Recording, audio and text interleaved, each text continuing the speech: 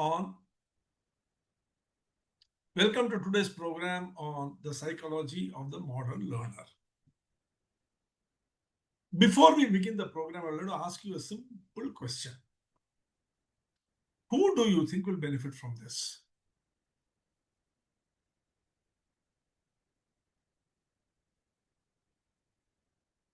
Towards whom is this masterclass directed? To us only, sir. Means us only means what? To a trainer? Most probably to trainers, sir, because they have to know the psychology of the learning people. Okay. Then what about coaches? They themselves has to know that. What about mentors? Everyone, sir, in that case. What about teachers? All, everyone who is, Hmm? who is getting learned and who is What about learning. entrepreneurs? Definitely, sir. Yes. And what about, C-suite executives? Everyone benefits. Anyone. Sir. Why? Yeah, Why but is it that it is focused and directed towards everyone? For the simple reason that the higher you go up in your ladder, in your career ladder, you are effectively doing only one thing, coaching people. You are developing people, whether you are a teacher, an educator, a trainer, a coach, a mentor, an executive, or an entrepreneur. The first thing that you do is develop people. And we are at that crossroad today where there is a huge paradigm shift in the learning economy. So let's understand what is the psychology of the modern learner. What is it we really need to understand about the modern learner, which will make us effective in imparting the coaching that we are supposed to. Let's begin.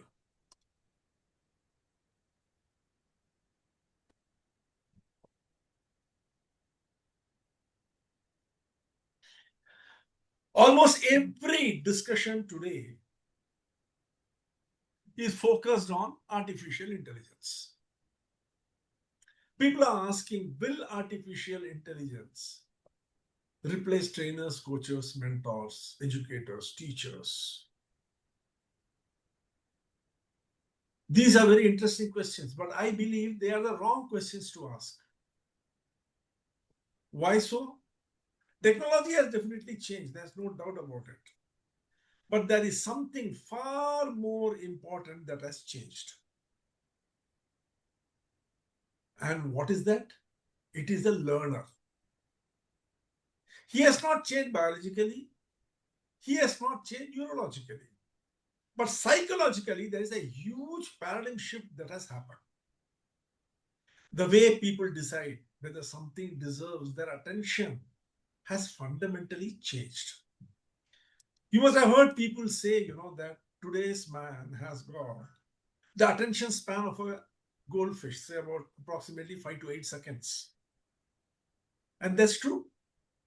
The way they decide whether something is worth learning or not has drastically changed. The way they decide whether anything is worth giving their attention to has changed. If we understand this psychological shift, we will understand the future of education, training, leadership, consulting, coaching, and all those things. So what we have to really understand is why people learn, ignore, remember, or transform in the age of AI. The age of AI is going to usher in an era which is totally new. The future of training will be decided. Now, in place of training, you can add, you can put the word coaching, educating, mentoring, whatever you want. The future of that will be decided less by technology and more by psychology. And what is it we have to understand in it?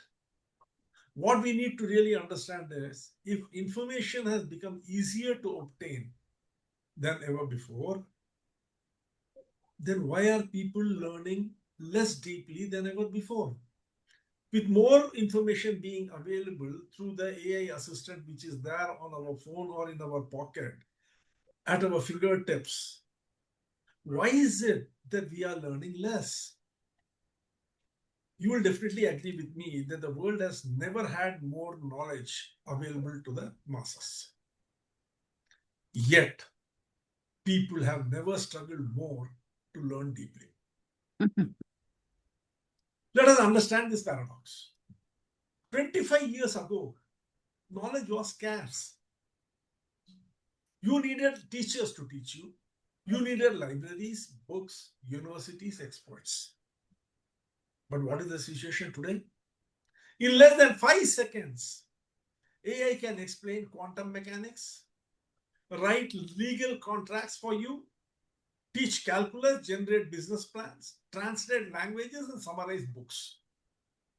Whatever you ask it to do, it will do. Knowledge has become absolutely free.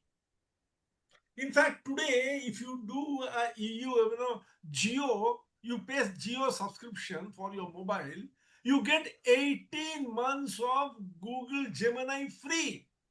Google Gemini Pro, you get free. That is the level to which knowledge is available. So we should all be becoming smarter. But look around you. Attention spans are shrinking. Courses are remaining unfinished.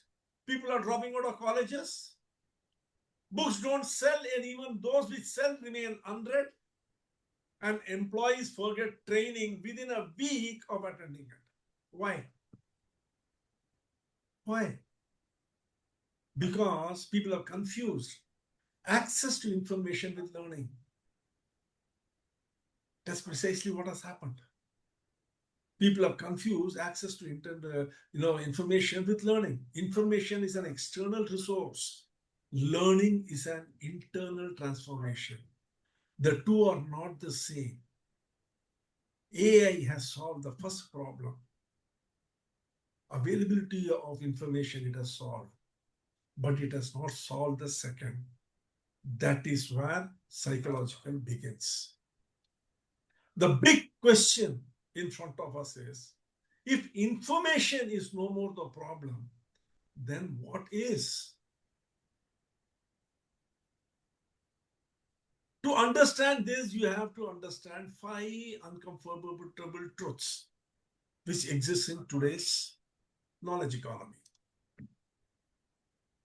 What are the 5 uncomfortable truths? Number 1, information abundance has shifted competition away from content towards attention.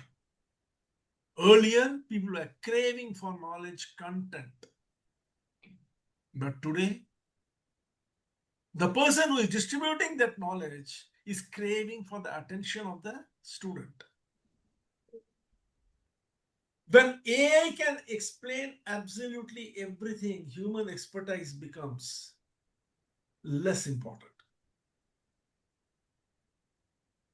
The human expertise becomes less about answers and more about judgment. Being able to judge which information is important, which is not, has become more important. Most learners don't lack discipline. They simply experience a constant battle between delayed rewards and immediate gratification. People's patience is gone. People want immediate gratification, immediate answer, immediate solution. The fourth is teaching facts is extremely automated, but helping people change behavior, that cannot be automated. You can distribute facts. You can reel off facts, but how do you bring about the transformation in behavior which is necessary? And today, your biggest competitors is no longer another trainer, teacher, or educator. It is WhatsApp, Instagram, YouTube, email, notifications, streaming platforms. Everything connected to social media has become a big competitor for you. These are the 5 uncomfortable truths which every educator, trainer, or coach has to face. If you think you are going to become valuable and important because you have plenty information, you're mistaken. Because AI can explain almost everything, and about almost everything. Human expertise becomes less about answering and more about judgment. You really don't have to remember everything, as long as you know what to curate and what not. People are not suffering because of discipline. They are suffering because they want immediate gratification. One of the most funny part of it is these truths are hidden behind 3 dangerous misconceptions. There are 3 dangerous misconceptions which have put a wheel on these 5 uncomfortable truths. What are those 3 dangerous misconceptions? The misconceptions have come down through decades, and we have to unlearn them very fast. First is, more content creates better learning. You see, earlier, one of the things which you must have definitely seen is in an advocate's office or in a doctor's chamber or wherever it is, you must have seen rows and rows and rows of books. In advocate's office, you'll see AIR. Or when a doctor's clinic, you will see Harrison's Principles of Internal Medicine and this and that, all sorts of books. What do they create the image? That the more you have read, the more learned you are. More content creates better learning. This is a huge mistake in the age of AI. The first assumes that learning improves simply by adding more content, but information overload often reduces retention. And in the process, you are unable to really take out what you want at the correct time. Second thing is what? Better presentation creates better engagement. You'll be surprised to know that most of the premium management universities in the world, they have, number of papers and courses on presentation skills. Why? The second assumes that polished slides and impressive animations create engagement. In reality, engagement comes from perceived relevance, emotional connection, and active participation, not just aesthetics. Today in the market, you will find thousands of companies selling thousands of graphic slides. Most of the AI platforms like ChatGPT, Canva, and others are talking about creating videos or graphic pictures which will impress the audience. It is all focused on the principle, the misconception that better presentation creates better engagement.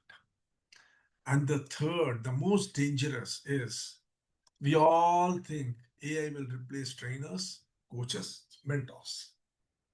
The third misunderstanding is perhaps the most widespread. People fear that AI will replace them. They fail to understand that technology only can help in delivery. But it is psychology which determines transformation. Technology can definitely help you with delivery. There is no doubt about it. But psychology only determines the transformation. If these misconceptions are false, then what really determines whether someone learns? That is the most important question. The master hypothesis. Modern learners do not evaluate knowledge, they evaluate value. That is the truth. The modern learner has really become a very, very smart and savvy individual. Being exposed to so much so early in life, he has become very savvy. He does not evaluate knowledge anymore. He evaluates the value of that knowledge to the context in which he finds himself. So, every learner has to ask one silent question. before deciding whether to invest his attention. Is this true? Is this accurate? Is this useful? This is what earlier people were asking. Is this true? Is this accurate? Is this useful? Instead, the brain now asks, is this worth my attention right now? And if it doesn't find it worthy of your attention, it just skips it. The psychology of learning is therefore the psychology of value. This is the first framework I want you to remember. All along, learning began with knowledge and information. But in the new paradigm, the framework begins somewhere else. Learning does not begin with information. It absolutely does not begin with information. It begins with attention. Attention creates the opportunity for learner to assess value. Remember one thing, whatever information you may serve to the listener, if he is not attentive, he is not going to perceive its value. Because attention precedes value perception. Only when value is perceived will motivation come. Motivation drives action. And repeated action is what leads to change in behavior, which we call transformation. Outstanding trainers, coaches, leaders, and educators do not merely present knowledge. They will not present knowledge. If they do that, they will be lost. They have to design experience that sustain each stage of this chain. Outstanding trainers do not merely present knowledge. In the coming new paradigm, they will design experiences that will sustain each stage of this chain. How to get the attention, which will help in the perception of the value. And when the perception of the value is there, the motivation automatically will come. With motivation will come action, and the repetition of action will be transformation. What do you notice in this? One very funny thing you will notice. Can any one of you tell me what it is you notice missing in this?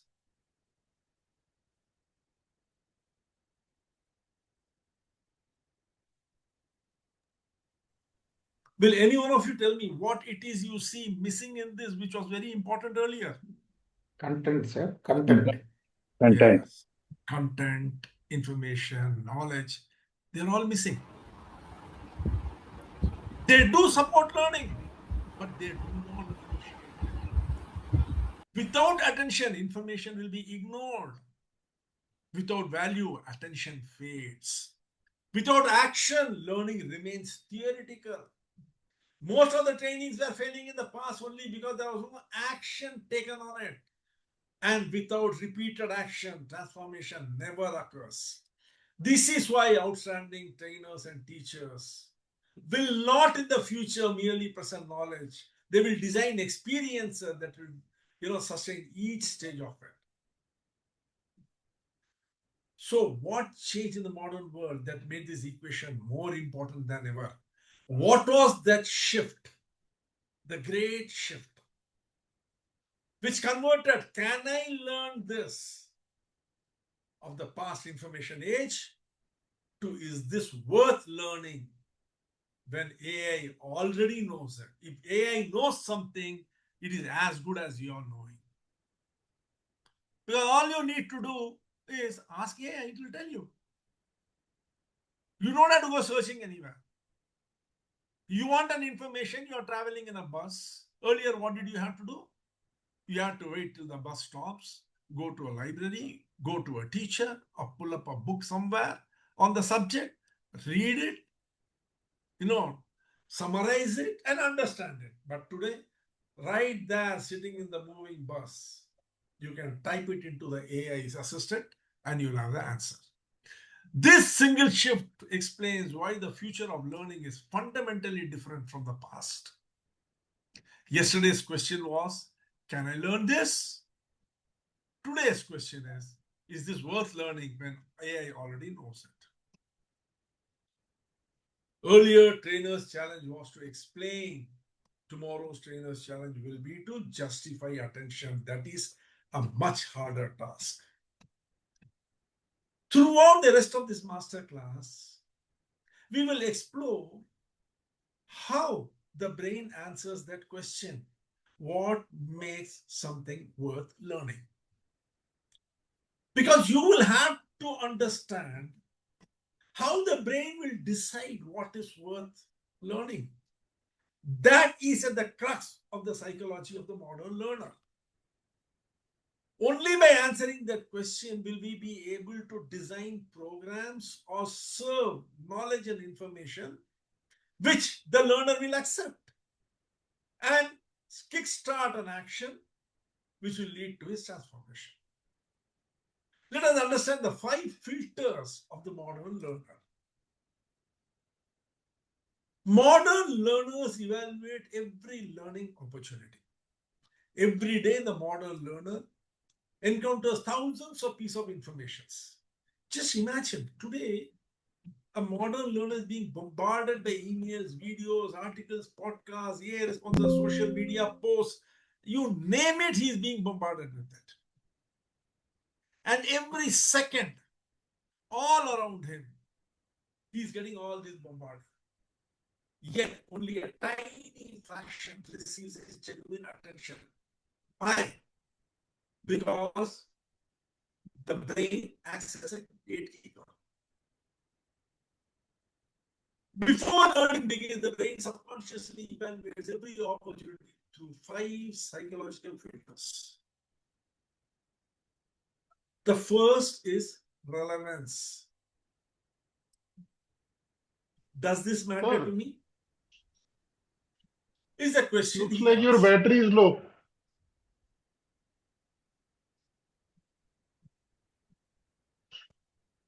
I have charged it.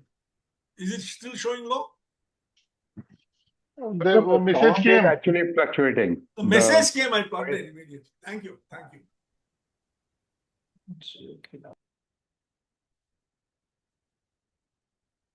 The first filter is the relevance filter.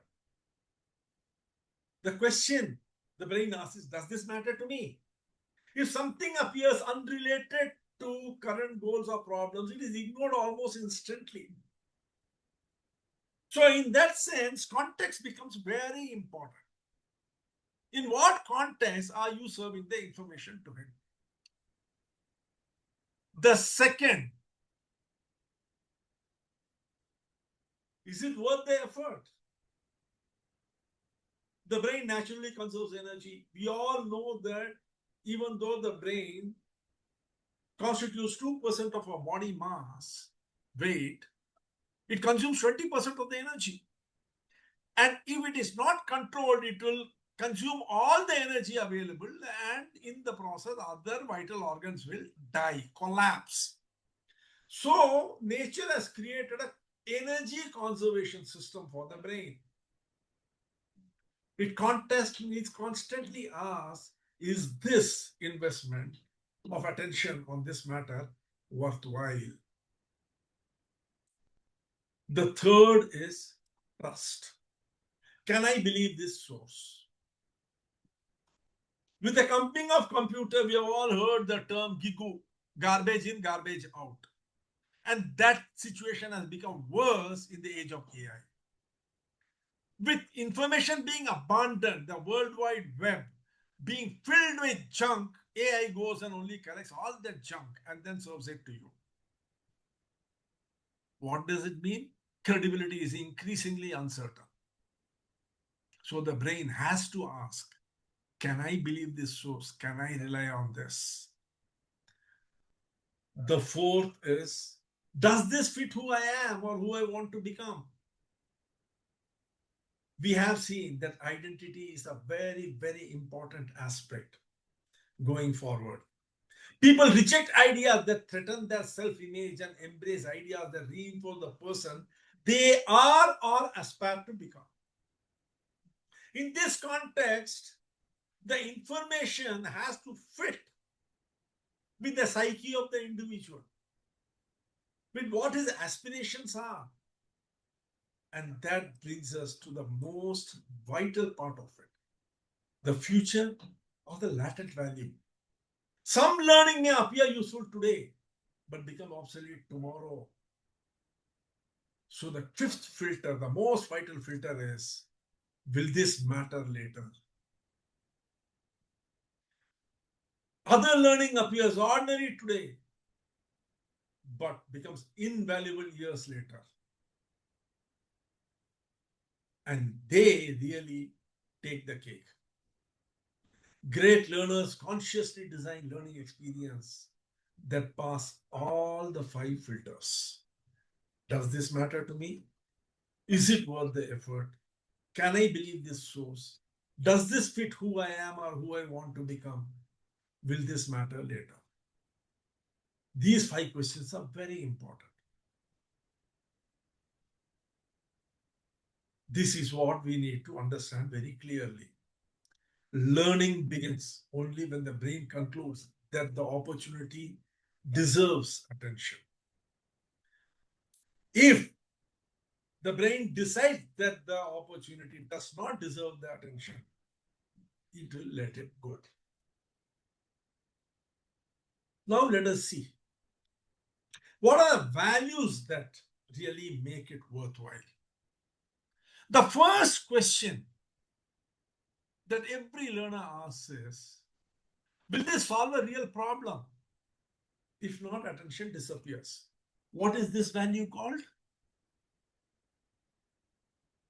Who will answer this question? What is this value called?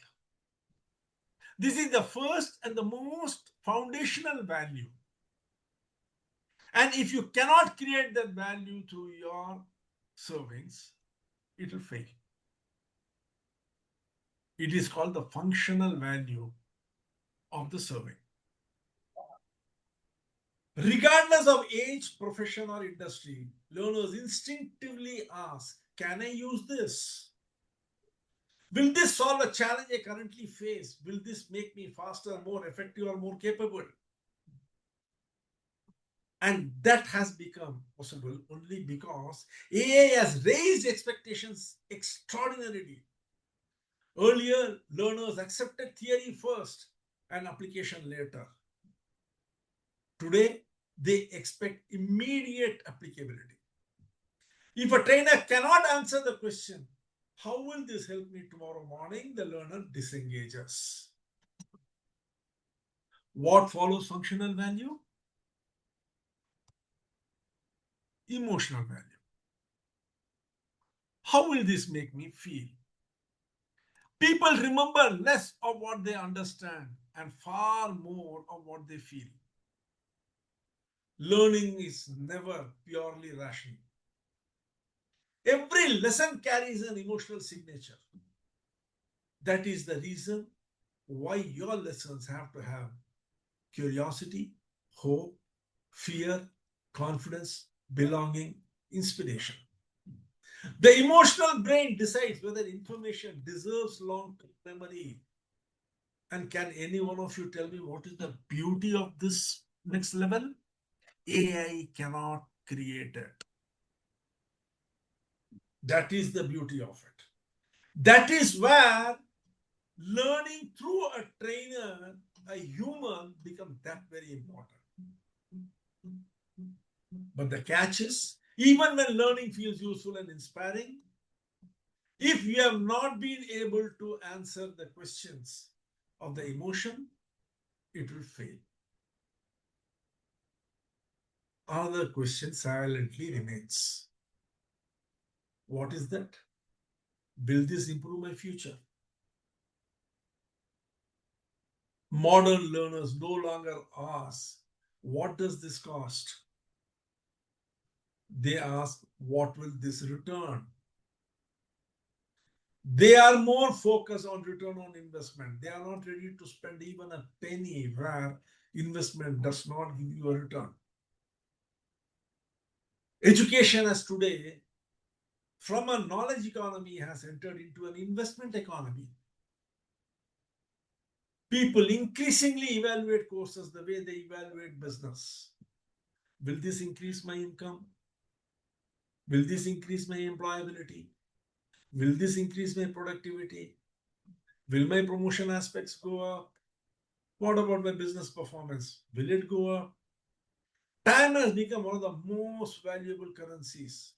Therefore, leaders calculate return on learning. If they are not going to gain anything, they are not going to spend on it. And AI accelerates this behavior. Since knowledge is now abundant, leaders, learners become selective about where they invest their limited time. They got very limited time. That is where the problem starts. And finally, we come to the identity part of it. Who will I become? Identity is one of the strongest drivers of sustained learning. The strongest learning often begins with aspiration. Unless you are aspiring to become something, you will not be motivated to learn. People enroll in leadership programs to become leaders. They study entrepreneurship because they want to become, they want to start on their own. They imagine themselves to be entrepreneurs. They pursue prestigious certifications because these qualifications signal competence and credibility. That is what all these Ivy League executive programs bet on. They give you a 10-session certificate for 1 lakh or 2 lakhs. They know. When Harvard says we are giving an entrepreneurship program certificate and it costs 2 lakhs and it is going to be taught by a professor of Harvard University over 10 sessions of 2 hours each, you're willing to pay more for the value of the certificate, that symbol, rather than what you are going to learn. Learning is therefore an act of identity construction today. Exceptional trainers help build people's identities. If you can help them with their identity, if you can help them feel confident, then you will be able to get their attention. That brings us to latent value. What will I thank myself for learning 5 years from now? The greatest value is often invisible until life demands it. Latent value, we have done just now about 3 days back the course on latent value. Latent value is perhaps the least appreciated dimension of learning. Some knowledge appears ordinary today, yet years later it becomes transformative. Can any one of you tell me a few knowledge which with time becomes stronger and stronger and becomes transformative?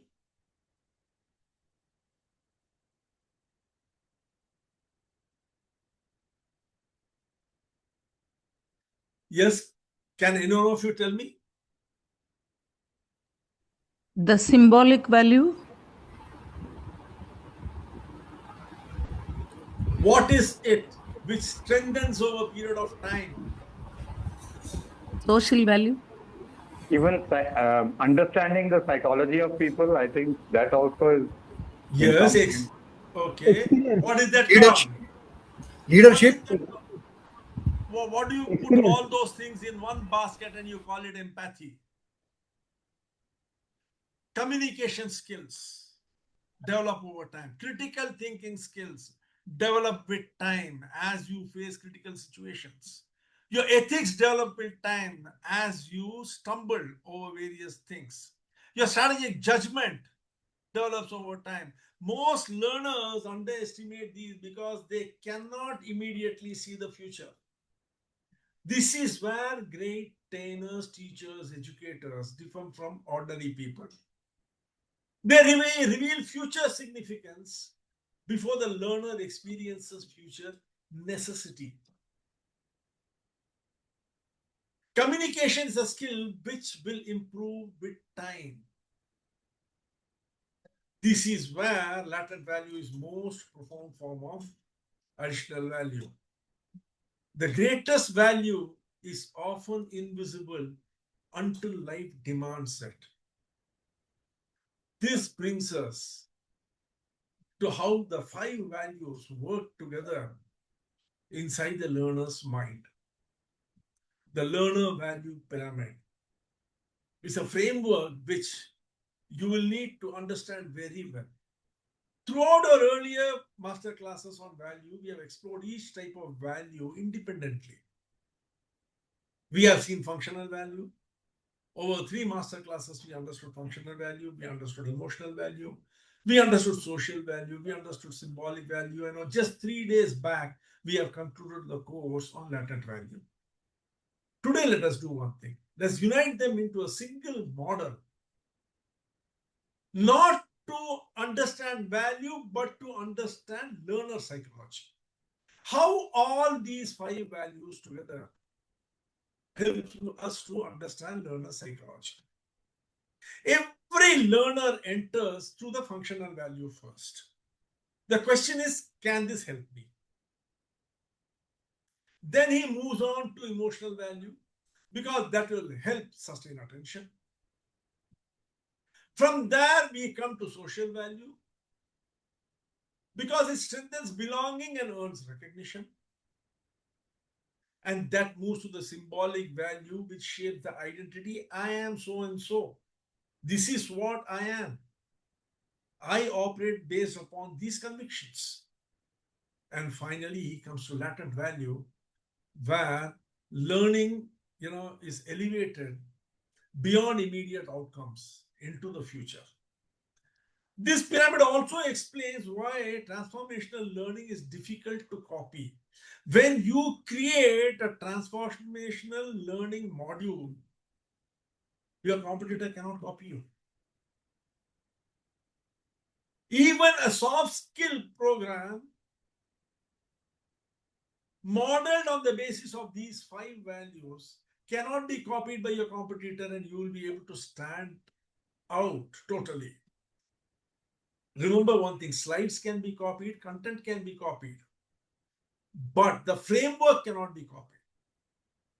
AI can summarize content, but creating functional, social, emotional, social, symbolic, and latent value simultaneously requires human insight, empathy, and wisdom. That is why if you are an exceptional trainer, teacher, or an educator, you will become indispensable. Now let us understand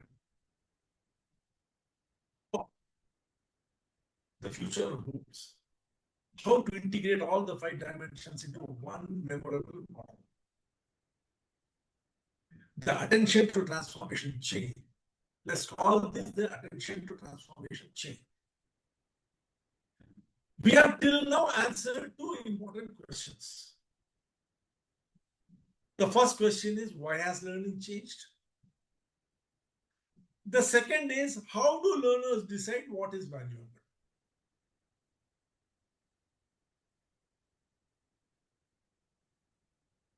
How does learning actually transform a human being? Now we ask the most important question of all.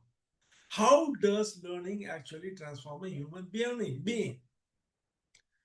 Most trainings stop at information. Excellent programs reach a level of understanding.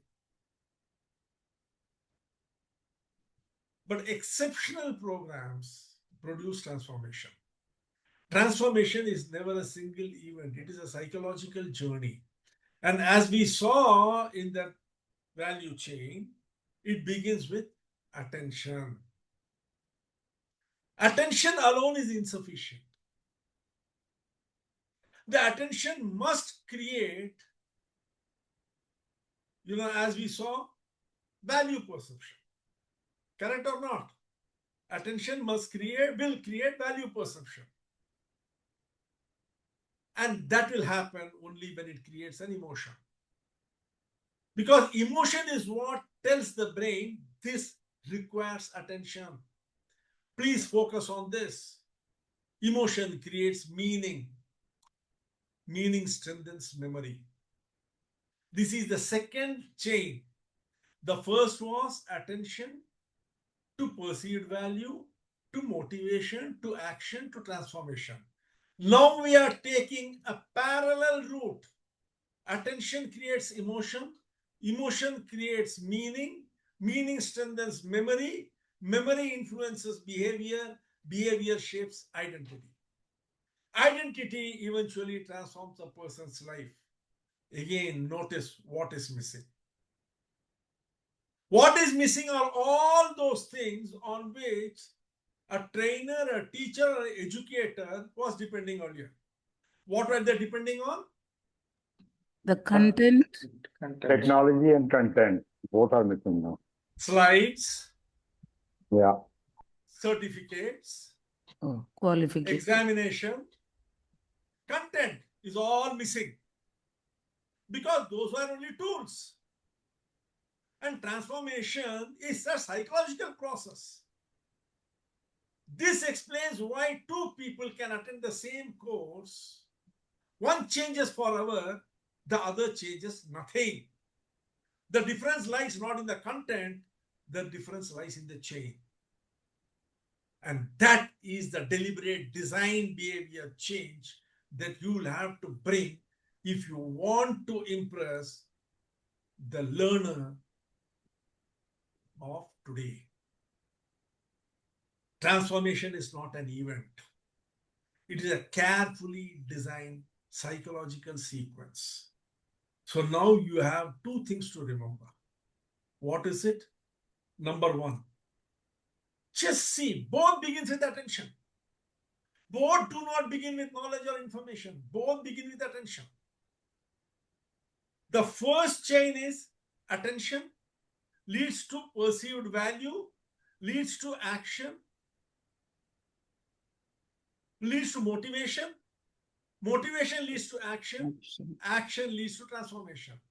The second is attention leads to emotion, emotion creates meaning, meaning creates memory, Behavior. memory creates action, which is repetition is behavior, leads to identity, and identity is the ultimate transformation which happens. Slides, certificates, examination, information is all missing from this. Transformation is not an event, it is a carefully designed psychological sequence.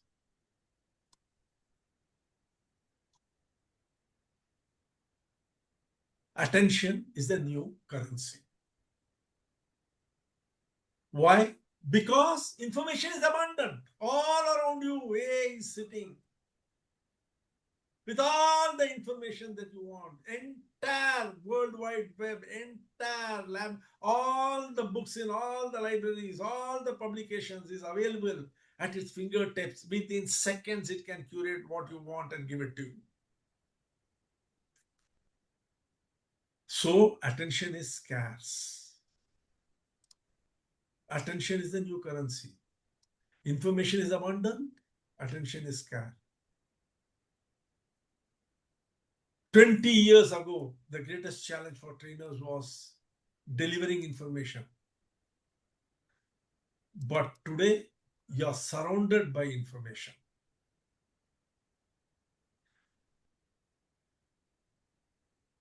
What is the biggest problem?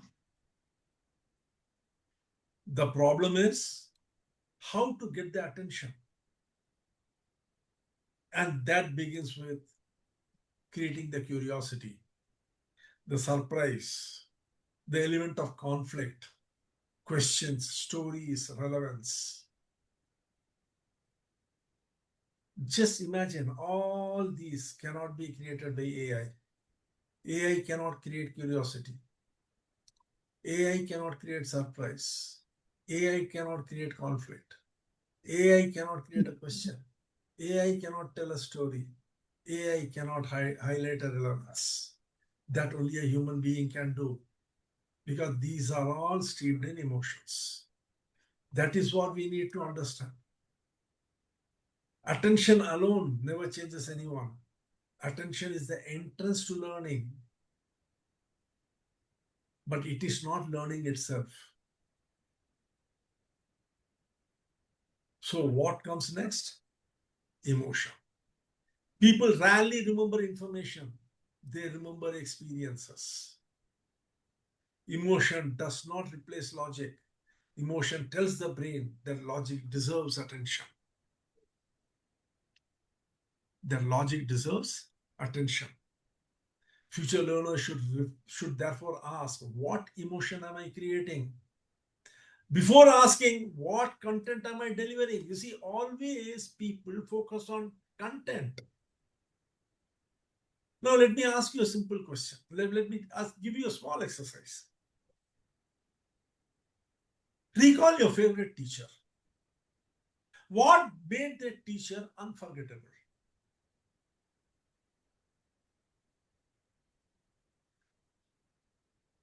Your answer will always invariably involve emotion, a conflicting emotion. The teacher you remember today may be a teacher who had really taken you to task. Mr. Raghavan, can you just mute your audio, please? Too much of noise is coming. Thank you.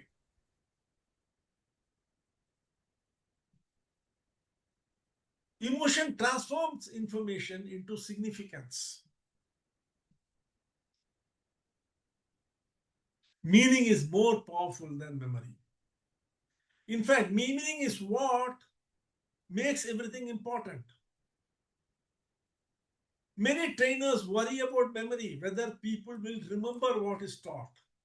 I worry about meaning. The brain naturally remembers information, naturally remembers information that connects to personal goals. If something has no perceived meaning, it becomes cognitive clutter. And the cognitive load will not only ensure that it is forgotten, along with it, it will take so many other important things also. Meaning answers questions like, why does this matter? Where will I use it? How will I benefit? How will it improve my future? Listen, it's all about what's in it for me. And that is what meaning all about. This explains why learners remember lessons learned during crisis far longer than lessons learned from examinations. I am sure the COVID period has taught all of us so much. When we were panic driven, not knowing whether we are going to be there or not at the end of that period, we have learned so much about life itself.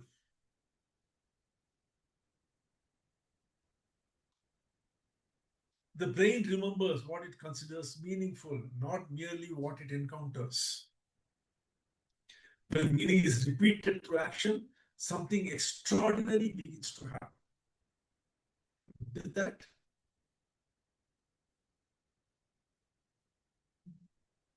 What does this picture signify?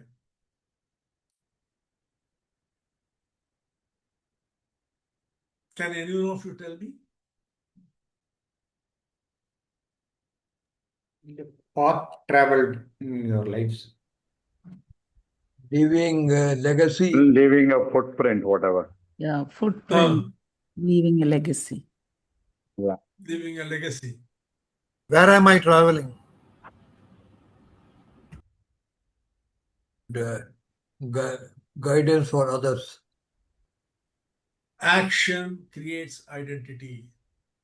Each step you take is an action. And all those action is what ultimately has created this person. You see, his body is full of footsteps. These footsteps, each action put together has created the identity. One of the greatest misconceptions in education is that understanding automatically changes behavior. It does not. Can you give me a few examples of how understanding does not change behavior? It's all around you. Practice, right? practice makes a man perfect. Practice. Okay. Like I car want an learning. example of understanding, not changing behavior.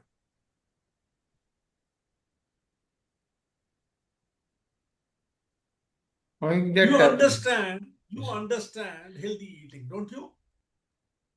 yes, Yet obesity exists and it is keeping on rising. People understand healthy eating. People understand financial planning. Yet many people never save. People understand communication. Yet relationships fail. People understand drinking is bad. Still, people drink a lot. People understand smoking is harmful to health. Still, people smoke.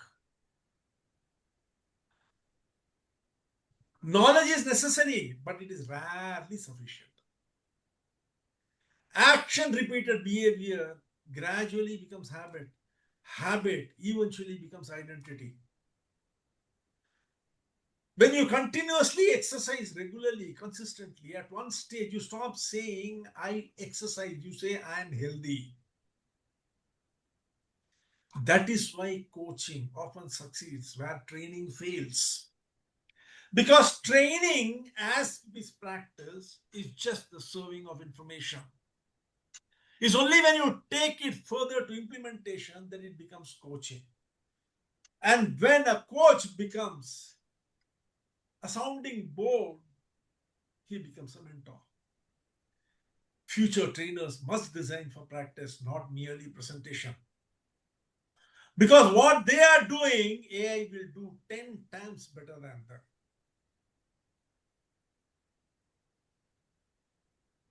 That brings us to a very, very important question. So, what did we see? Knowledge leads to action. Action repeated goes to habit. Habit repeated becomes identity. Future trainers must design for practice, not merely presentation. That brings us to a very, very important question. Why do intelligent people still resist learning? Because many do. The answer lies in 5 different biases which rule them. As I said, the brain is a glutton. It keeps on taking energy from all the other organs. What weighs just 2% of our body weight consumes 20% of the energy. So nature has created biases or shortcuts. The first is the present bias. Immediate comfort usually defeats future benefit. This present bias is the reason why we ignore future benefit and focus on immediate gratification. Then comes the confirmation bias. What is the confirmation bias? People seek information supporting existing belief. If you believe something, you will seek information which goes to strengthening it. That is the reason if there are 20 wristwatch advertisements and you have whatever wristwatch you have got a Titan watch, then you will be inclined to read the Titan watch advertisement. You already have the Titan watch. Why do you want to read the Titan watch advertisement? But that's what you will do, because that is how the brain works, the confirmation bias. The third is the status quo bias. What is the status quo bias? Familiar routines feel safer than change. You want to maintain status quo. What you are accustomed to, you want to continue with it. Then comes the loss aversion. People fear losing competence more than gaining new capability. That is the reason why people keep on postponing learning a new thing, because they don't want to accept that their present competence is going to become obsolete. They don't want to do that. That is a loss aversion bias. Then comes cognitive ease. The brain naturally prefers familiar and effortless thinking. You don't want to strain yourself. You want to take the shortest route. as I was saying in Bhagavad Gita, as Lord Krishna says, man does not miss out on achieving what he possibly can because of any obstacles. He misses out because something much, much suboptimal, very easy to achieve is available in front of him. And from the confines of his comfort zone, he would like to operate and achieve this and say, I have done the best that I can. That is the cognitive ease bias. As a trainer, as an educator, as a leader, a coach, you need to fight these biases, design around them, create early wins to overcome present bias. Let me ask you a simple question. You are all people who are all leaders in your own, way. Tell me, you have a very poor learner in front of you as a student, as a subordinate, as a trainee. What will you do? Very poor learner.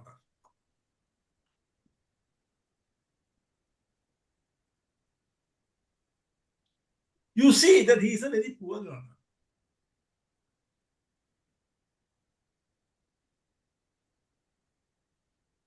Special sessions for him, sir.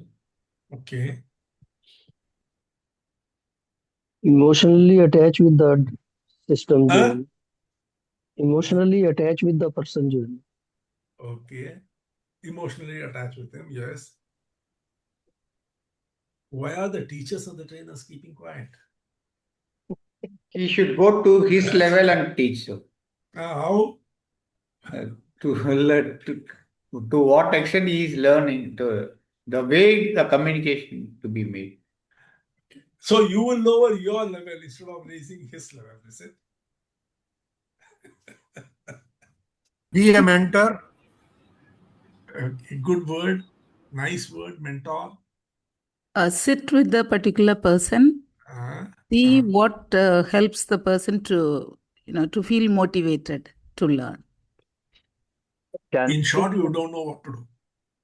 So can it be that we will need to first Sorry, identify- Mary ma'am. yeah, Goswami sir, tell me, what will you do? Will it be that we will have to identify this learner's biases and then work on them one by one? Probably it needs to be known. Yeah. So more of What needs, is means where is he stuck with these issues? And then work level by, one by one, because obviously you cannot address all the biases at once. And if every learner is actually, facing these in his life, then we will have to help him identify it. So first to help him. Okay, let me ask you the thing. Now let us go by it in a very practical way. So He's a poor learner, you are trying to teach him. First thing, what will happen? Attention will be less. first thing obviously is, why should I learn this? Why should I give No, this? he will be Because inattentive. Not attentionless. He will be inattentive, isn't it? Yes, absolutely. So the first step itself is broken. Now you say Agreed. whatever you want to say, you say now. Yeah, because everything is starting with attention. Yeah, Everything is Good. starting with attention. How the hell do you Absolutely. get his attention? Yes, but Miss- when we sit with a particular person, we draw the attention of the person, isn't it? How? He is not interested in what you are teaching. Mary Just because ma'am, he's that's sitting not in front- necessary. So Madam, many tell me one students. thing. How many times does it happen that you are sitting in front of someone and thinking about something else which is happening at home? Yeah. Most often in And class. then But when we ask question, we he ask will question. then nod and not answer you. He has not understood anything. His So, attention is not there. Can I come, sir? Can I Yeah, come? yeah, come. So instead of implicit learning, we do explicit learning. Now we are going into explicit and intrinsic learning. Probably Goswami sir नहीं आप सोचो ना उसका atmosphere. attention सबसे पहले आपको उसका attention लाना है. Atmosphere has to be analyzed. Become his father first. So whatever interest he has, we try to see in what area he is interested And we See, made why also. is he not attention? Why is he not giving attention to you?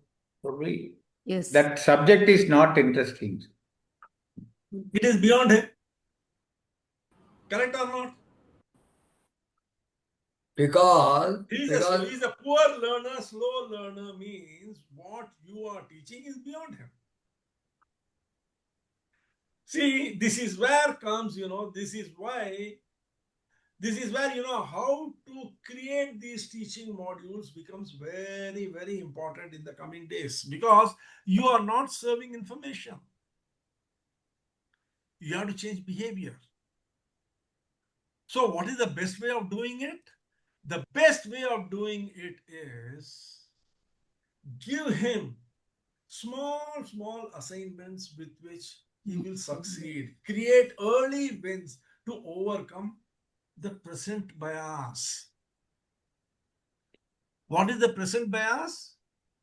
The bias which says that I am okay, the immediate comfort which he is having. Give him something small which he will immediately win by doing. The moment he wins immediately by doing, his attention is drawn. Because you have created a perceived value, his personal value goes up.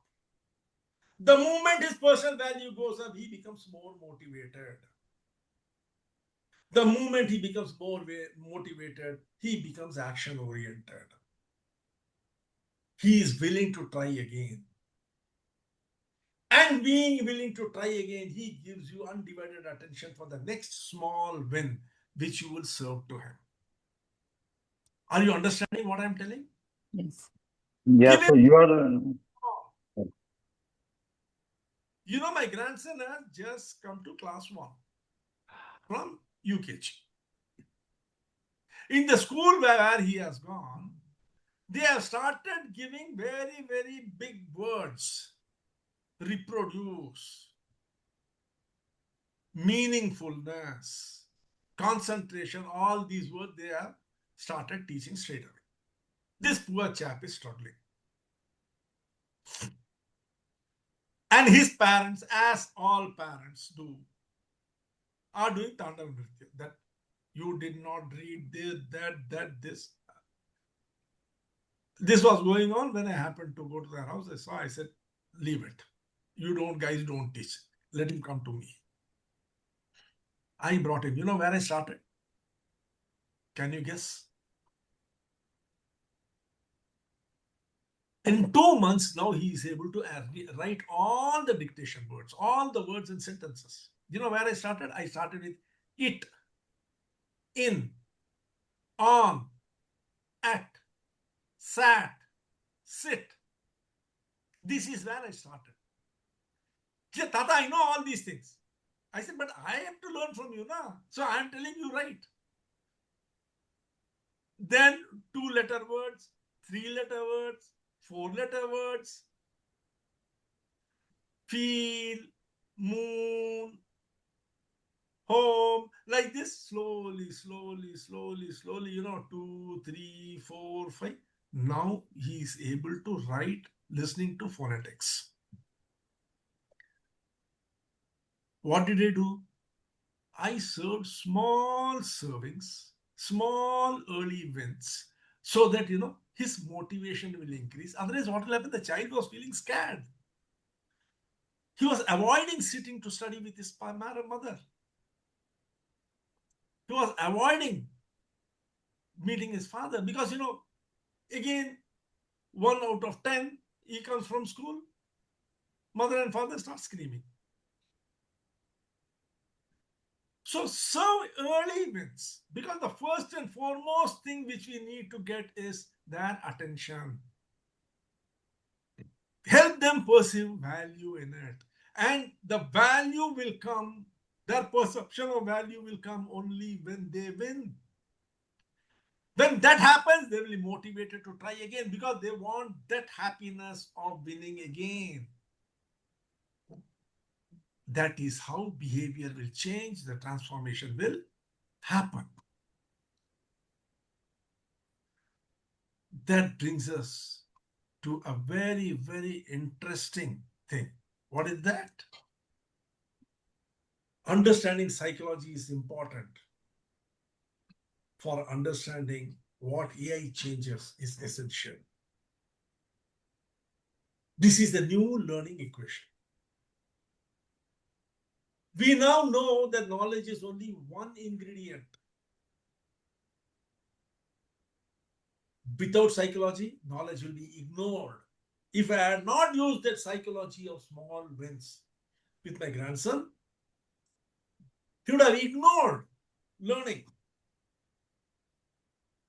Without meaning, knowledge is forgotten. There has to be a meaning to it.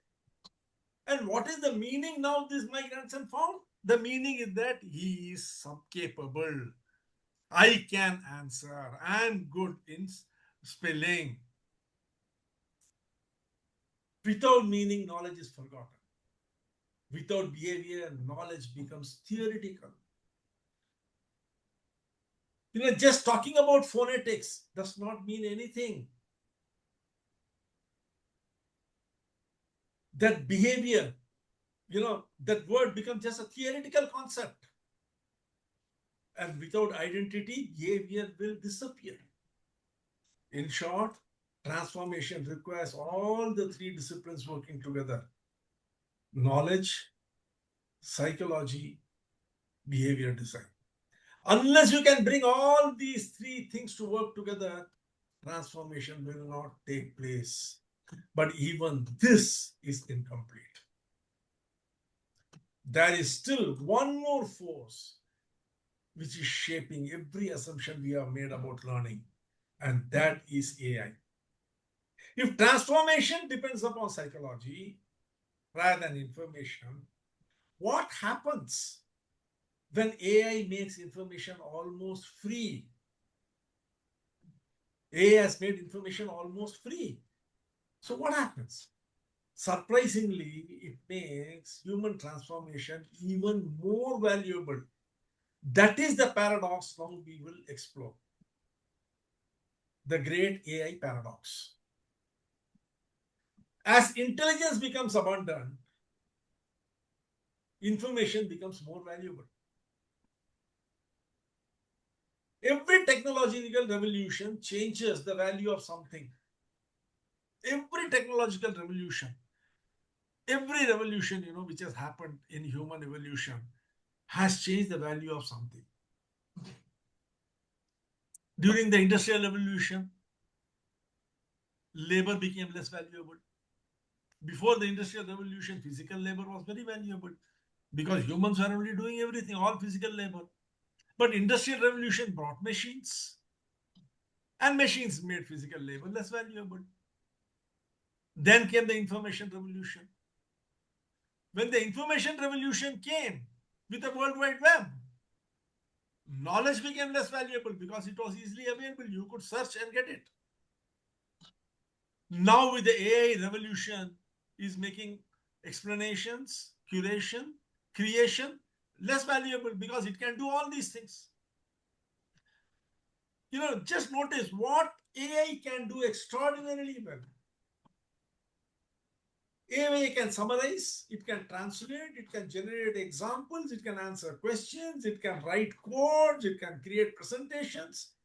These capabilities are remarkable. But none of them generate what guarantee that a human being will actually change. No. They don't guarantee that a human being will change. Transformation has never been about information. It has always been about the psychology of a human being. As AI becomes better at explanation, the value of explanation naturally declines and the value of transformation goes up. That is the great AI paradox.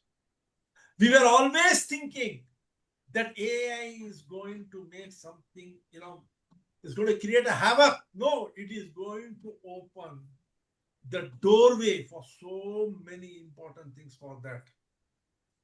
The easier intelligence becomes to access, the more valuable things like wisdom, judgment, coaching, accountability, and behavior will become.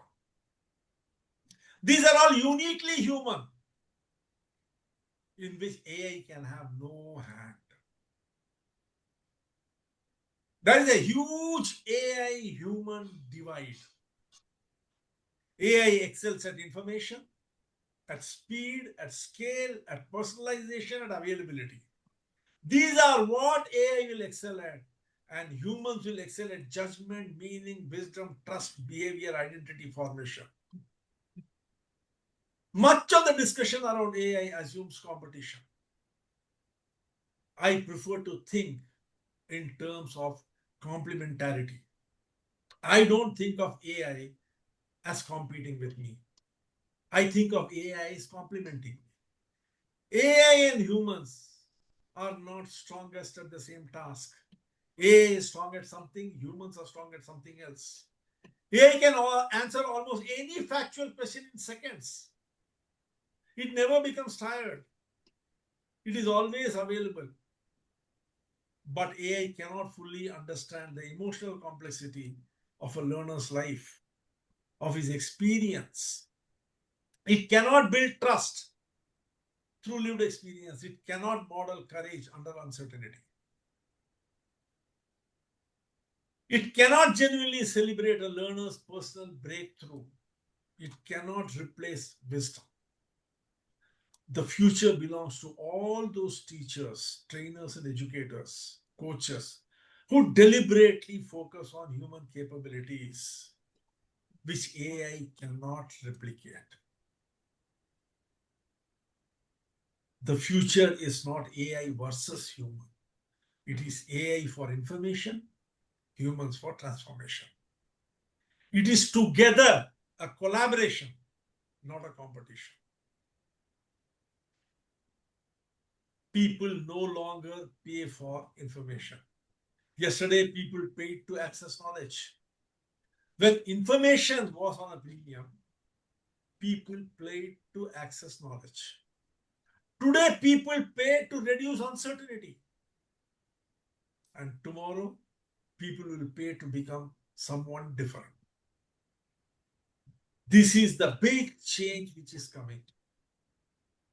Tomorrow, people will pay to make someone, to become someone different. If learners are changing, then what will tomorrow's learner actually look like? Because if you know, in the use case, current state to desired state, we always go, isn't it? In management, we see where we are, where we want to go, and on the basis of that, we chart our course. We create milestones, we create tactics, and strategically move forward. In the same way, if learners are changing, what will tomorrow's learner look like?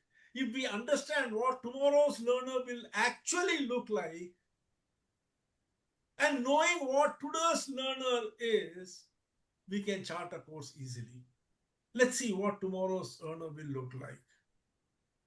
The future learner will be what? Totally AI assisted. Be sure about it.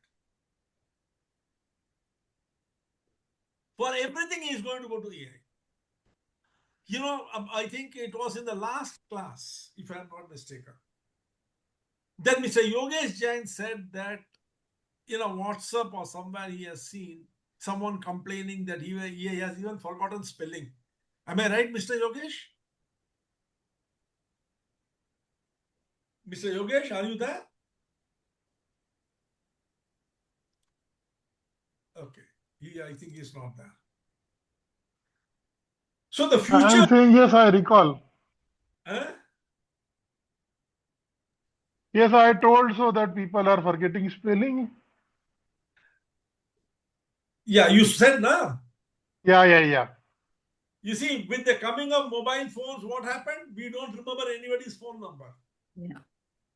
Now, with the coming of AI, even spelling we are forgetting. Yes.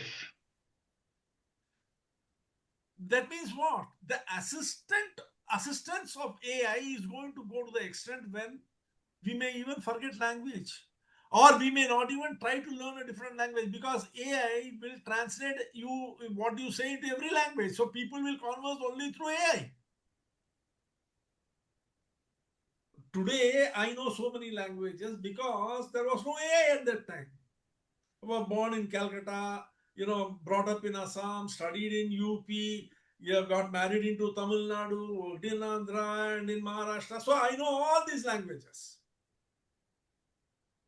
But in the future, you may have gone to 50,000 places, but you will know only one language, AI language. Even you will converse maybe with your parents through AI. Say whatever you want, AI will translate.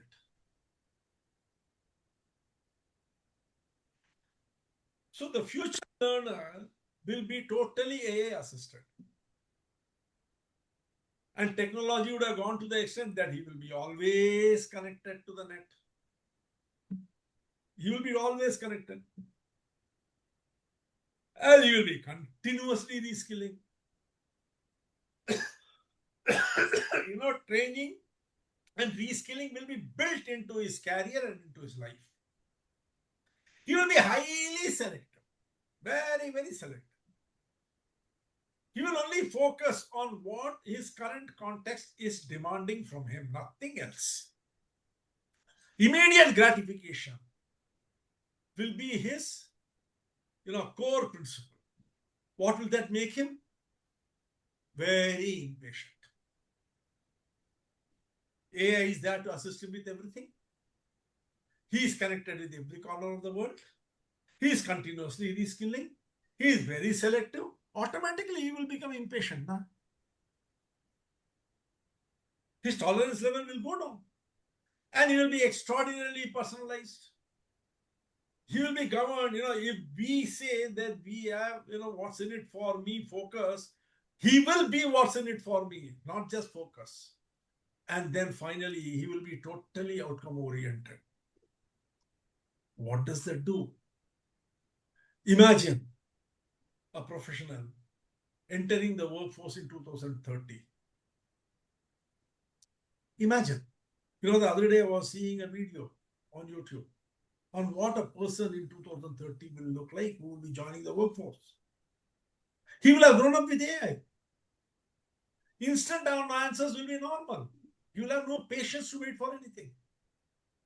He will feel long searches unnecessary. Learning will happen continuously rather than in isolated courses. Maybe he will not even go to college. And this learner will expect immediate relevance, adaptive learning, personal feedback, something which we cannot think of. Short learning cycles, practical applications, visible progress. If trainers continue teaching exactly as they are teaching today or 5 years back, what do you think will happen? They will look at us as though they are looking at a dinosaur. And that will not happen because we know less. But that will happen because the learner expectations are fundamentally, totally changed. The future learner values speed without sacrificing depth, convenience without sacrificing quality, technology without sacrificing humanity. If learners change, can trainers be far behind? Trainers, educators, and teachers and coaches will also have to evolve. And how do they have to evolve?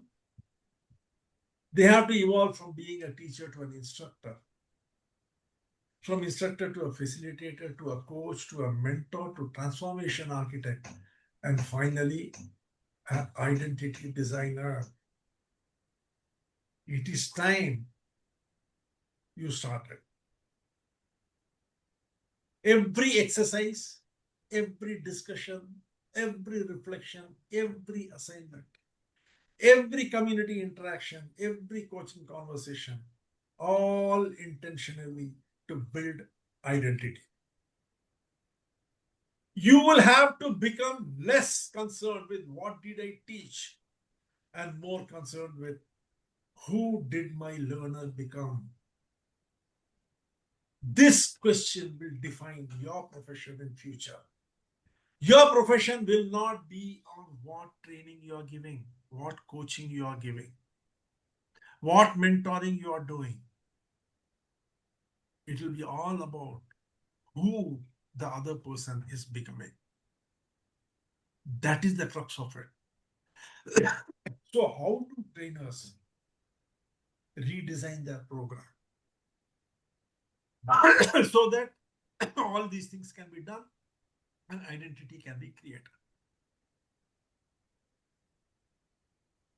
Future programs should contain less information. Excuse me.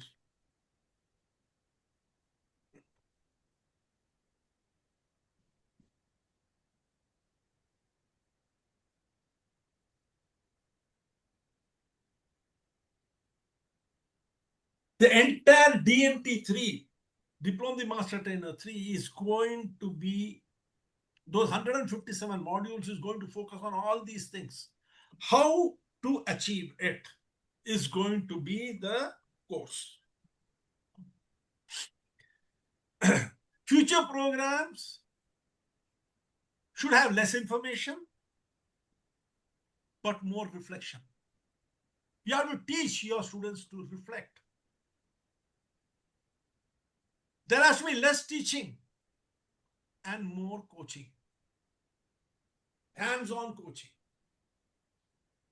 and less completion and more implementation. What do we mean by that? You know, earlier, the course has been completed. No, there is nothing called completion anymore. It is a continuous program. You conduct a class and then the implementation begins. That is where everything goes. The new value proposition of the trainer. So today's value proposition is very different. What is going to be the new value proposition of the trainer? The future, person, the future trainer doesn't say, I teach. The future trainer says, I help people. So what is going to be the future value proposition? The value proposition is going to read something like this. I reduce uncertainty. I increase confidence. I improve judgment. Through your courses, you have to reduce uncertainty in the mind of your trainees. Your trainees should feel more confident about facing the world once they attend your program. There should be an improved judgment quotient. They should be able to judge better. I reshape identity. They should be able to say, I am so and so. This is who I am. I accelerate transformation. If otherwise a person would have transformed into a confident person in 6 months, because of you, he should have become confident in 2 months. And finally, I enhance capability.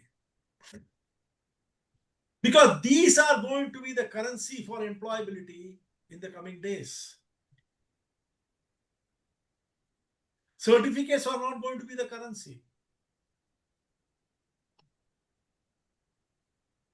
None of these promises depend on information alone, but upon human psychology. That means your ability to work with the psychology of your students is going to become even more important as you move forward. Information is going to start taking back seat.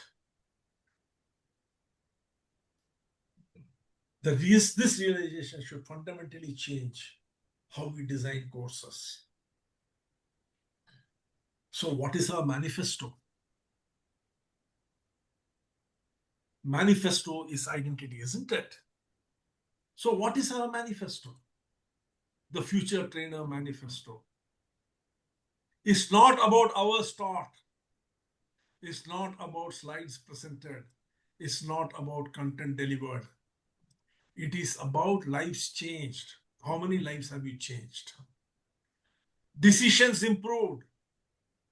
How well are your students able to decide? And confidence created. The new manifesto, the earlier manifesto, I have conducted 500 programs, each of 2 hours each.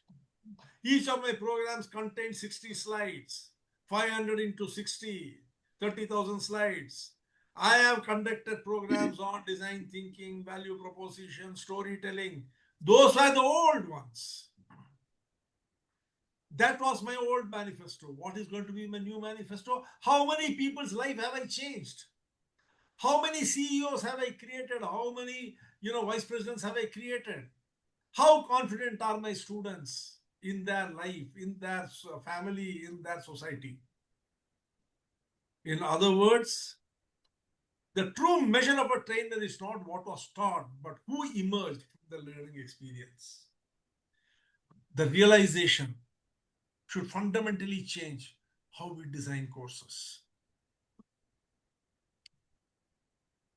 So the new learning equation becomes knowledge remains essential, because without knowledge, there is nothing to apply. Add to knowledge psychology. Psychology determines whether knowledge receives attention or not, because that is where the beginning of the learning starts, from attention, not from knowledge.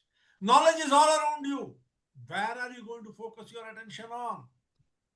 And when the attention is focused on that particular knowledge, what comes out is value. This value determines whether the learners will care to act. And when action takes place, behavior is designed. Behavior design ensures that learning becomes action. And above all, add AI to it. AI amplifies speed, accessibility, and personalization. When these 5 join together, something very important happens. And what is that important thing which has happened? Transformation. Everything else remains profoundly human. Excepting AI, everything else remains profoundly human. This is the equation of future learning. If this is the new equation, how should we evaluate every program? We need to know how to evaluate every program.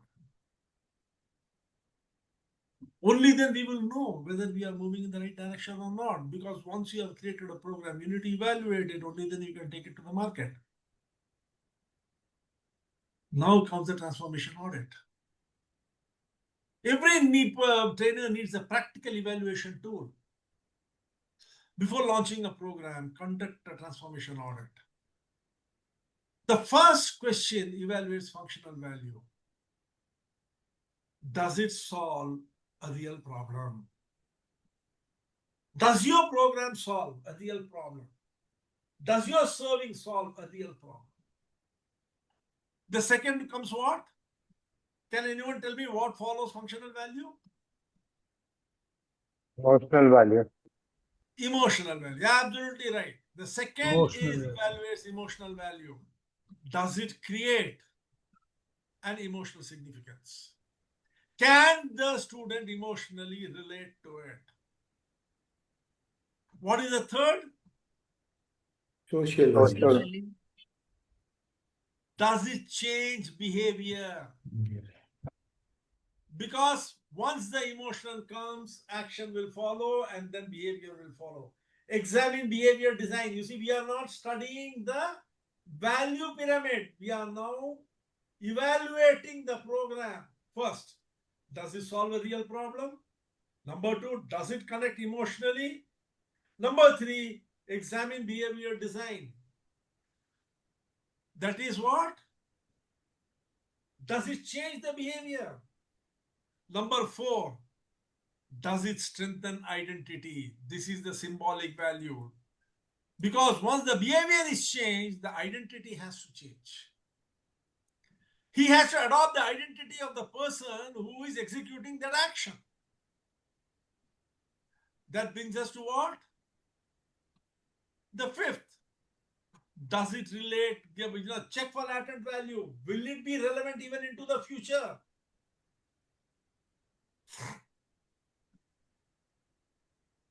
Now, whether AI can improve the learning experience. How can you integrate AI into it so that the learning experience can be improved? That brings us to the final and the most important question.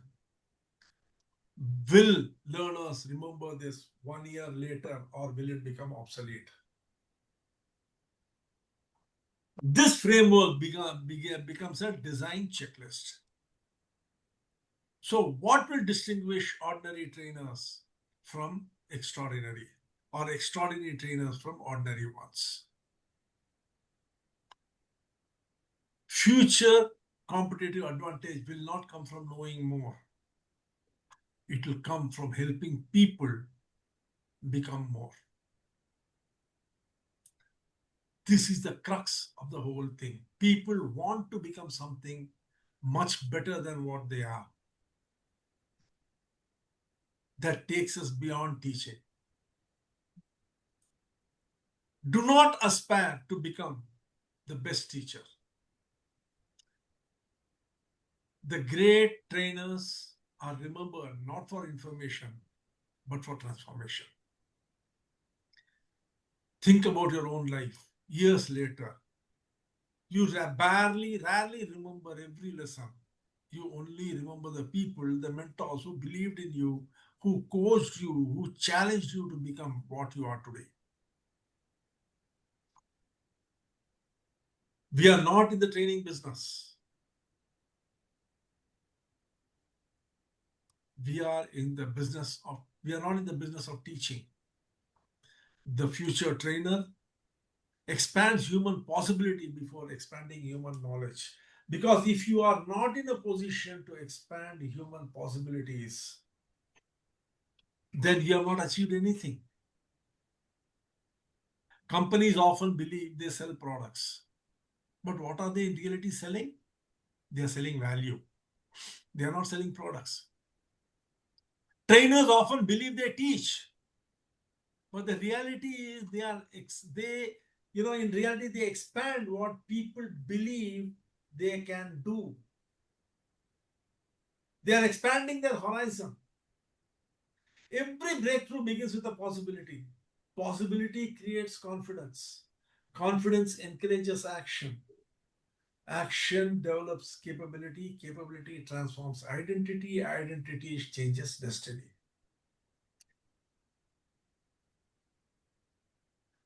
This was told in a very spiritual way by Shankaracharya in Bhaja Govindam. How many of you have heard this? How many of you have heard Bhaja Govindam? In Bhaja Govindam, Shankaracharya says, Satsangatve nitsangatvam, nitsangatve nirmohatvam, nirmohatve nischalatatvam, nischalatatve jivan mukti. Like each one leads to the other. When you are in the company of good people, and every day you are in their company, good thoughts will come into your mind. Good thoughts will remove bad thoughts. Bad thoughts removal will calm down your mind. The calm down mind will become a peaceful mind, and the peaceful mind is the first step towards Jivan Mukti.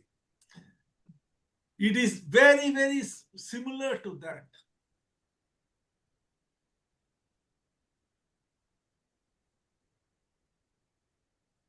We are not in the business of teaching. We are in the business of expanding human possibilities.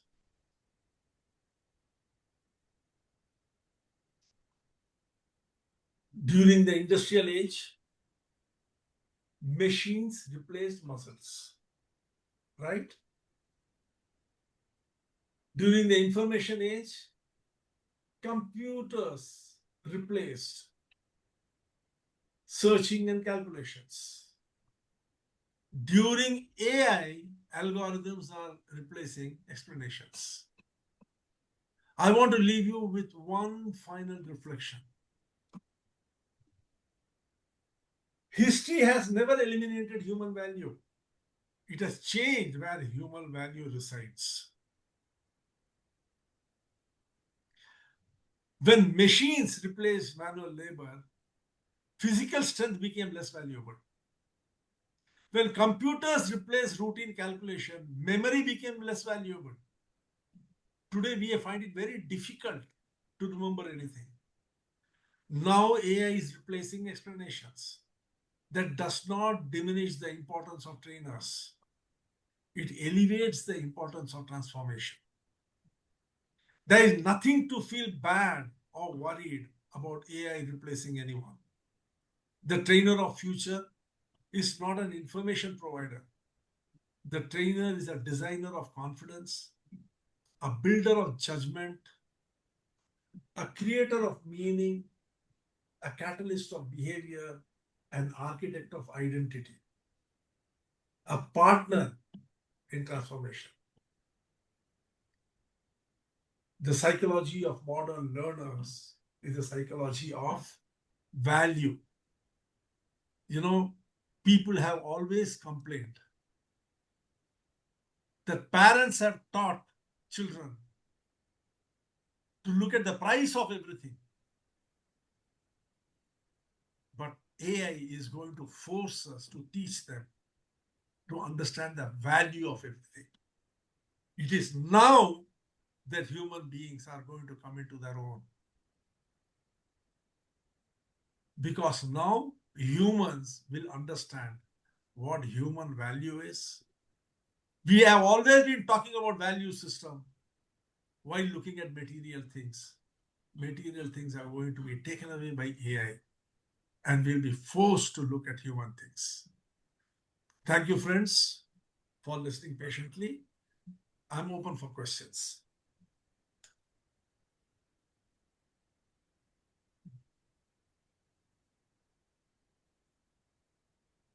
So will this be more applicable to one-to-one mentoring or Everything. Why 1-to-1, 1-to-million? Everything is going to apply. You see, whether 1 or 100, it doesn't matter. Principally, the human psychology is going to change. It's changing. It's already started changing.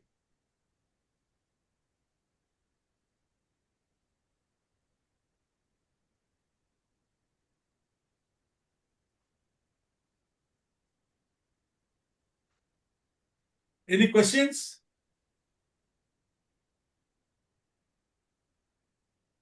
The next session will be on storytelling. I will give the date. Just give me a couple of days. And then the next 2 classes this month will be on storytelling. Is there any question? Please let me know. Arun Kumar, can you unmute?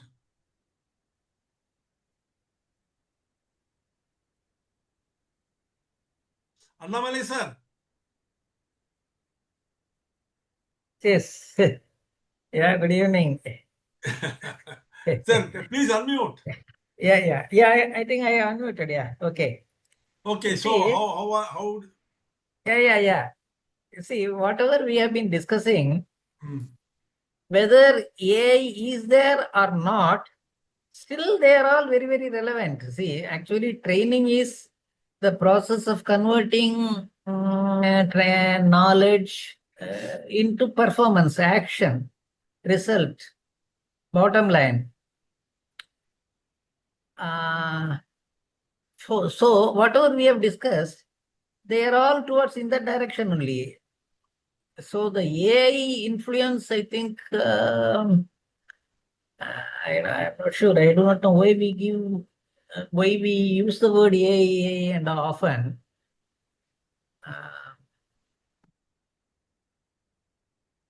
Are you speaking from your personal experience? Or Yes, are you that's correct. speaking- Ah. Yes, my perspective of training Your is personal experience is that you are driving your programs focused on transformation.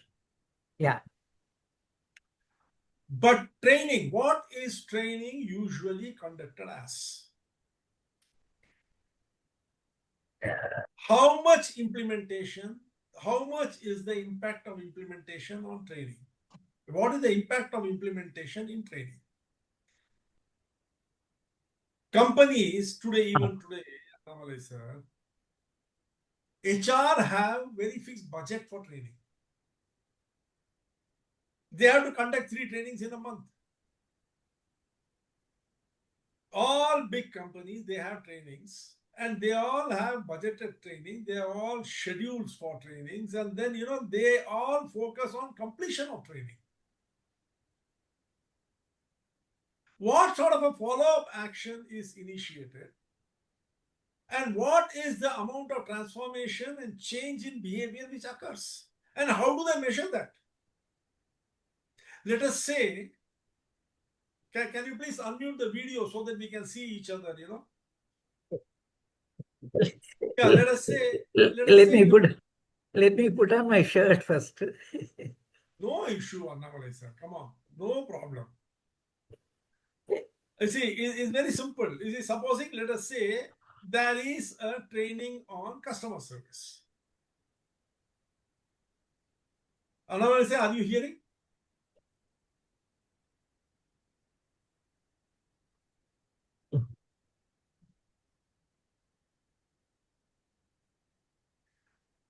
Mr. Umesh, can you unmute your video? Arun Kumar, can you unmute your video? Mr. Arun Kumar, are you there behind the screen? Yes, sir. Yeah, please unmute the video. Let me see you. Yeah. After such a long time, you have come on the platform. It'd be so nice to see you also. 1 minute. I want everyone to unmute so that we can see each other and exchange a few thoughts. Just yes, Annamalai sir. So you see that, let us say there is a program on customer service. Okay, all the customer service executives have been brought onto the platform to conduct a program, and an external faculty is called, and the external faculty talks about customer relationship, service provisions, and everything, and conducts a program. How will you measure impact? Everyone attended 3 days program from morning 9 till evening 5. And you see, they all had tea, lunch, everything, and they went. And then, at the end of the period, a form is given. And let me say, tell you very frankly what is done usually. Arun Kumar, correct me if I'm wrong. Umesh, correct me if I'm wrong. A form is given, a printed format.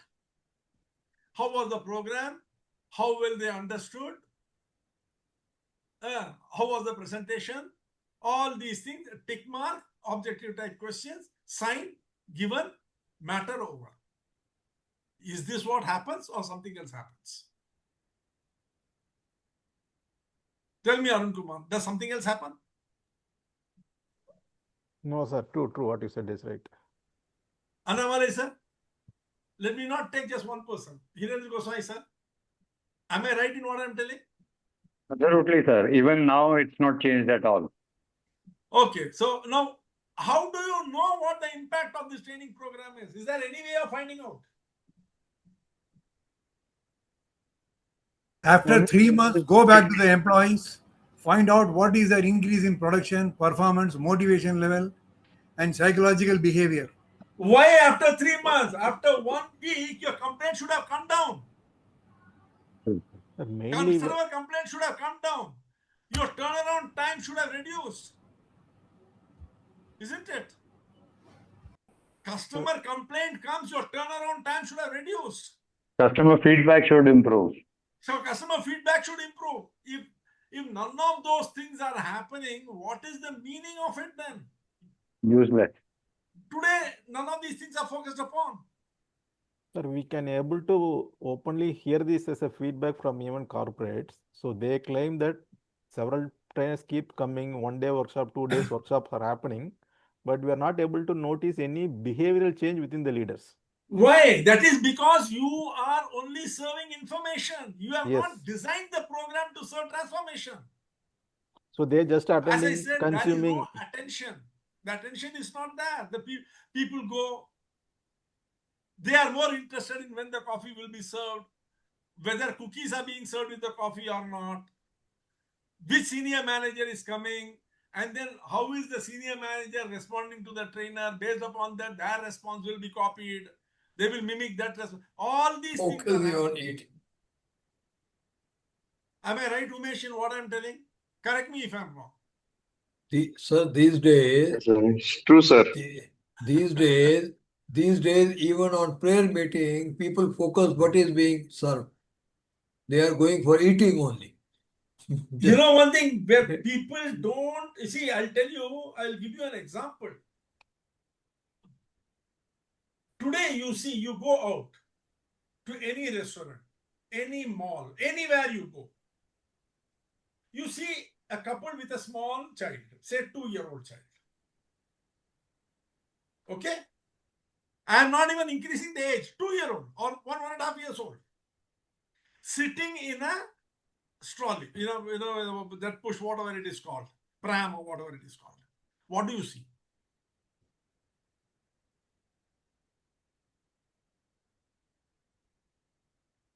Parents are busy purchasing. What is the child busy doing?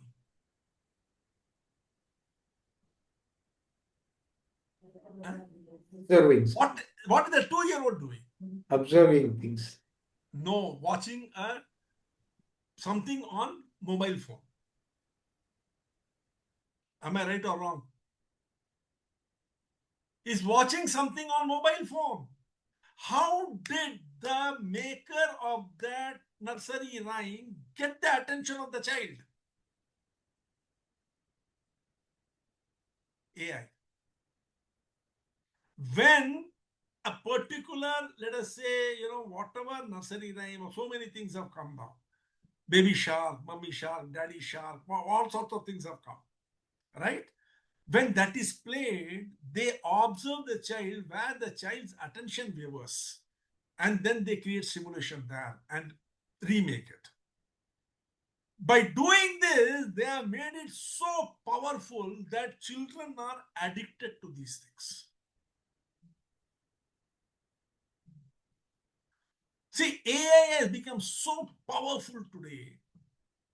And if you have to compete with AI, you have to stop thinking of content and start thinking of attention. Getting attention of people has become next to impossible. Next to impossible. Maybe if you conduct a 2-hour workshop or a program, and you can get 10 minutes attention of your audience, you have really achieved something. If one particular point you can push, you have really succeeded. That has become so bad now. I agree, sir. In fact, if you look at even YouTube postings and things like that, most of the time of people is going into irrelevant content.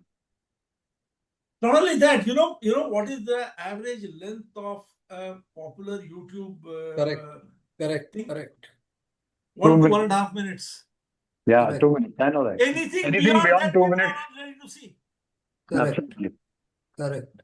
We have got 344 channels.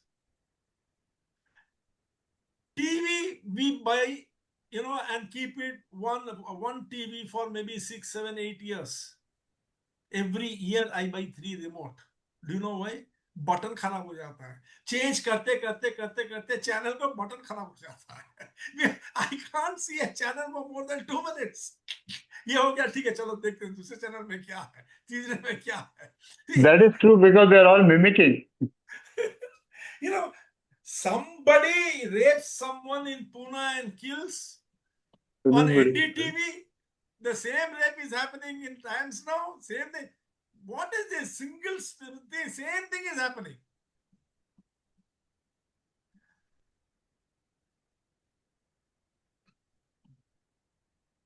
See, so Personality it is is going over. to be teaching is going to be a challenge. It's going to be a real challenge. I'm telling you. Not only even in colleges and schools, they are going to face massive challenges.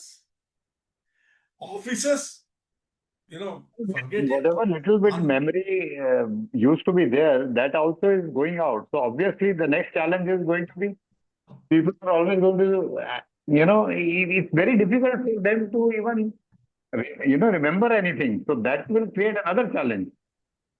हाँ अरे भाई आप Minimum. अच्छा गोसाई sir आपका How will download you नहीं हो differentiate रहा है between employees? I find that the biggest challenge of any leader, because everybody is going to say, I'm going to do this, whatever output they will deliver, it will be very similar in nature. How do you differentiate between output?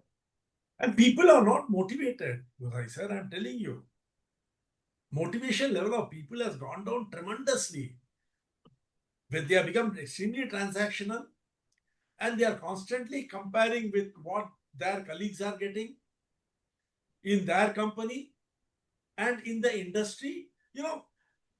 They are there was a time when people used to think of what they are contributing. अब वो सब खत्म हो गया. You tell me what you will give. वो है ना, in Hindi there is a saying, मेरे घर आयो क्या लायो, तुम्हारे घर आऊंगा क्या दोगे. Both ways they only want. I have come to your house, what are you going to give me? You have come to my house, what have you brought for me? You give the employment to someone, you are stuck. अच्छा है ये आ जाएगा तो all these things will get changed.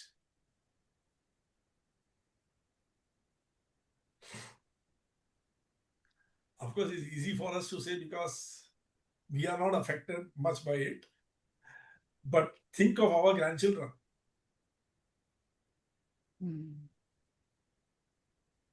Annamalai sir is a professor in VIT. Am I right, sir? Yeah, okay. So how do you find the environment there in the college? Yeah, please come again. I didn't get what you were asking. How do you find the teaching environment or the learning environment in the current universities? Okay. See, nowadays the programs I accept, they are mostly in plant where identified problems are taken.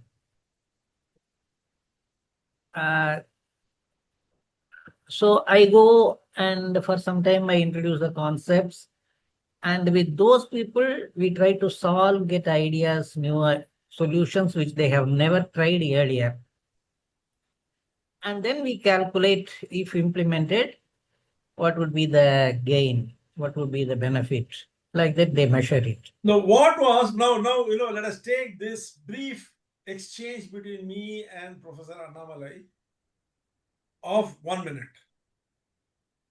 Just this brief exchange between me and Professor Annamalai of 1 minute. Okay? What did you find extraordinary about this? Change in teaching methodology. Absolutely. Bang on target. He never used the word teach. He used the word implement. He was telling we take real life problems and implement solutions. This is what is the main change which is going to take place. Concepts are going to be supportive to implementation.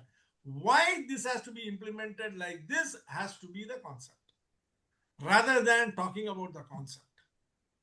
Am I right, Annamalai sir? Or is my understanding wrong? Okay, yeah.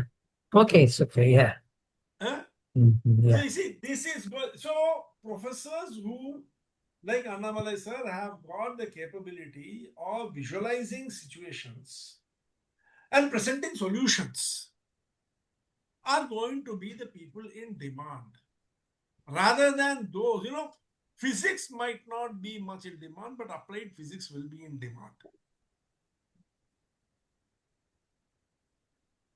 That is what is going to be the changing scenario. The second thing is, I'm telling you, the number of dropouts are going to increase. The dependence on certificates is going to decrease. The dependence on completing education is going to decrease. Technical skills is going to increase. And secondly, gig economy is going to increase, because you see, before modern civilization as we understand it, before the industrial age, there really wasn't this concept of employment. Employment is a gift of the industrial age, isn't it?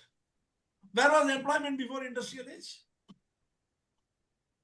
People had skills, and those skills were offered to the world to be used. What we call today with the fancy term gig economy was what was prevalent earlier, isn't it so? Absolutely. It is only with the industrial age coming in, the industrial revolution, that the concept of employment and mass employment and labor and other things came. उसके पहले कहाँ था ये? Even 9 to 5 job came after a revolution. हाँ, industrial revolution के बाद ही आया है, इसलिए ये सब तो रीसेंट फेनोमेना है. हम फिर वापस जा रहे हैं. We are reinventing the wheel. Okay, friends, can we break for the night? Thank you. Thank you. Thank you.